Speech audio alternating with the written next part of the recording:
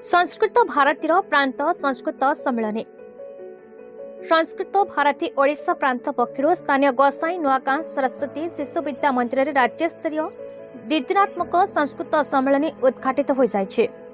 राज्य सभापति अवसरप्राप्त अध्यापक आयुष्मंत षडंगी अध्यक्षतार अनुष्ठित सम्मेलन में मुख्य वक्ता भाव जोगदे काशी हिंदू विश्वविद्यालय प्रोफेसर गोपबंधु मिश्र कहले, आमे भूली जिबा अनुचित जे संस्कृत भाषा सूत्र रूपे अदृश्य भावे समस्त भारतीय भाषा मन को गुंथि रखिछे।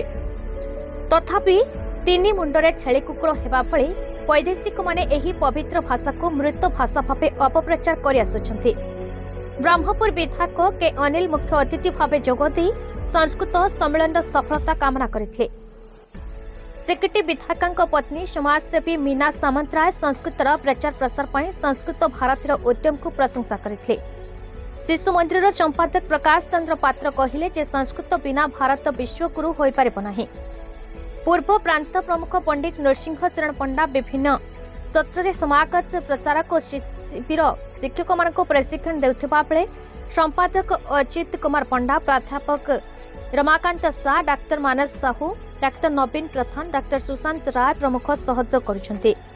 गंजाम शाखा कार्यकर्ता सुनील कुमार पाणिग्राही, प्रमोद कुमार बाजुबंध, आदित्य कुमार रथ, रमेश चरण त्रिपाठी, रवि पात्र, मनोज कुमार त्रिपाठी, गोपाल कृष्ण पाढ़ी, सालाभिक शतपथी प्रमुख कार्यक्रम परिचालन में सहायता करुछन्ति।